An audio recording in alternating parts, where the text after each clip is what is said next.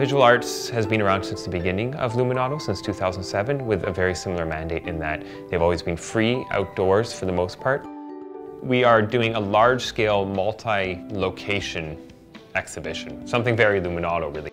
Blue Republic is doing a text-based project, and in Brookfield Place they are working with the Toronto philosopher Mark Kingswell to commission a text which raised questions about what a city is and how we react to the city. This text will be mounted on the floor all over this huge space here. And the idea is to treat this text as a maze. It forces you to walk around and move around the space. So it acts through color, it acts through shapes and the directions of the text itself. We are also doing another piece at the airport. And it is in front of a large dinosaur skeleton that belongs to the Royal Ontario Museum.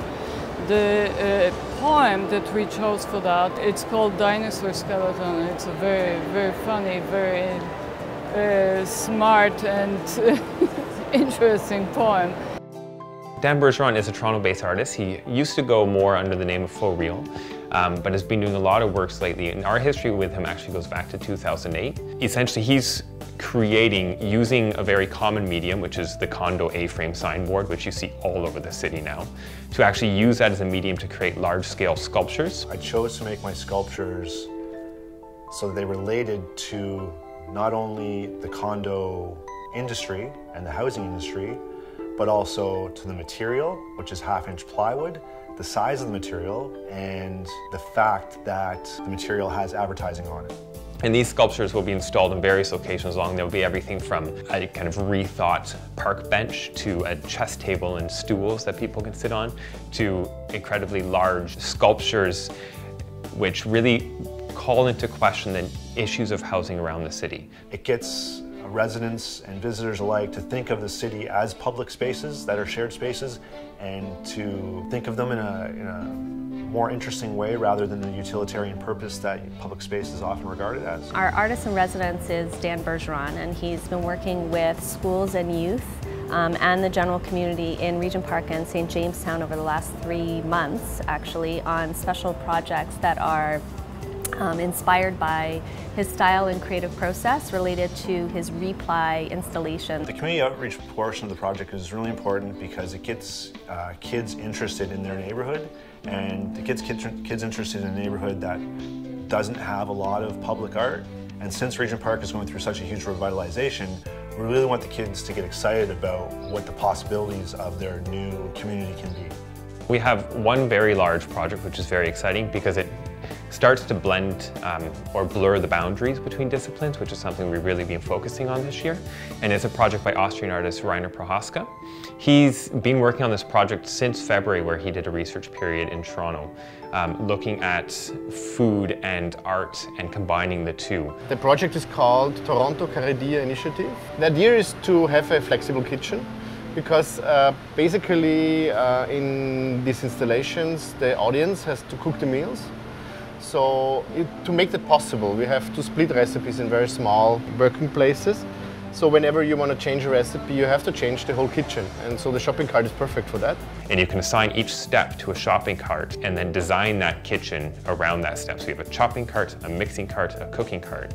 And you can put them together to form various sculptural configurations, which can also cook a recipe, which then the public comes with Rainer and actually partakes in each step of the cooking stage and produces a meal together. This year, we really wanted to look at President's Choice 1000 Tastes of Toronto and kind of get back to the roots of kind of challenging the restaurants to do something really unique and present it in a setting where the public can feel free to sit down together at one long table, which we're going to provide, where they can actually eat almost this idea of a communal meal together. One of the awesome things that we have is we have a stage set up here, and I am going to be running interviews and question and answer sessions with some of the key players in Toronto's food community. And I have a kids panel to talk about young kids and their relationship with food, as well as we're going to talk to the artistic director of Luminato. We're going to talk to Rainer Prohaska about his awesome art installation here on site. We have such a wide variety of flavors for you to choose from. We have the folks from Amaya making dreamy Indian food,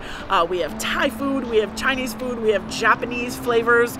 There's lots of Mexican and Peruvian flavor that'll be there, as well as beautiful French pastries, which everybody loves. There's lots of programming for all ages, and there really are some really intentional programs to engage families together around recipe collection and cookbooks and that sort of thing, which I'm really, really excited about. There's absolutely something for everyone.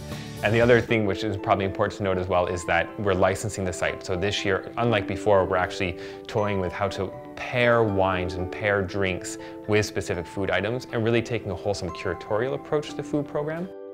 I think the Luminato Festival is great for the City of Toronto because it gets people out and about in areas in the city that they would never normally go to. Normally, when I attend to a big festival, they probably book like 2 performances. We have probably 2 or 3 nights. Here we do like 9 performances, so it's all over the whole festival. We are hoping that everyone who wants to participate will be part of this experience. You get the art outside the gallery walls, you kind of surprise the public with these art installations, and you also win a new audience because there is no barrier to the artwork. It's in the space that you traverse every day, and suddenly there's this new thought-provoking artwork in the space which really declares that the festival is in the city.